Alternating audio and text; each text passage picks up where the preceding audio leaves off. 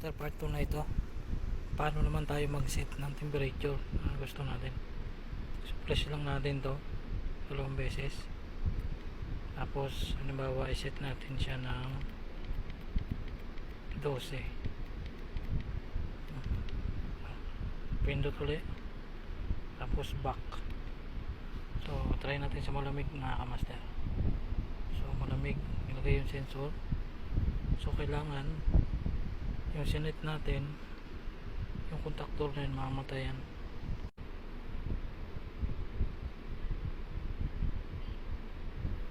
So 12 natin, 12.5, 12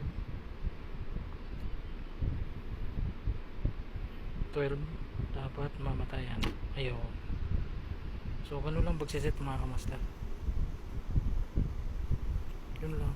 Tapos halimbawa mga kamaster, ganyan nakikita nyo sa screen, i-check nyo yung sensor nyo mga kamaster, either putol o sira, kagaya nito hindi pala nakatap. Ganyan yung naging ano niya sa screen. Try natin itap. So ayan mga kamaster, nakatap na. So ayun, sense na niya. So ganun lang mga kamaster, pag sira yung sensor nyo o tool damage, ganun yung lumalabas.